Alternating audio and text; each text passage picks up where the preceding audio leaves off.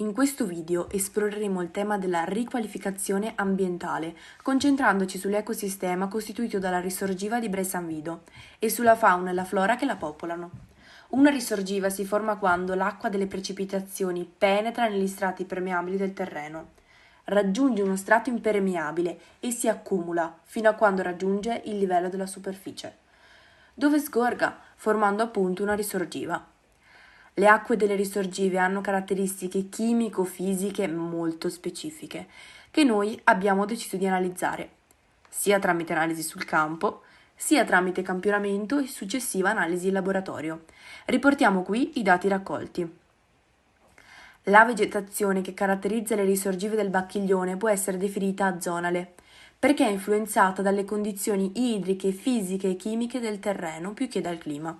Ad esempio, nell'area della risorgiva si possono trovare ontano nero, farnia, olmo campestre, pioppo bianco, robinia e infine il salice.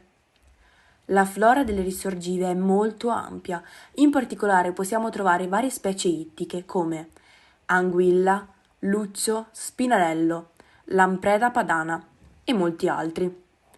Anfibi e rettili costituiscono un'importante componente della biodiversità delle risorgive del Bacchiglione.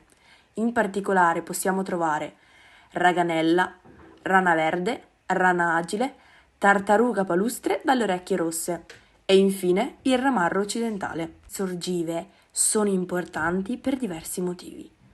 Forniscono acqua potabile. Sono habitat di specie uniche e garantiscono la biodiversità locale. Proteggere le risorgive significa proteggere gli ecosistemi a esse associate. Forniscono un flusso costante di acqua che può essere sfruttato per l'irrigazione, alimentazione di fiumi e laghi e per la produzione di energia idroelettrica. Hanno spesso un significato culturale e storico per le località in cui sono presenti.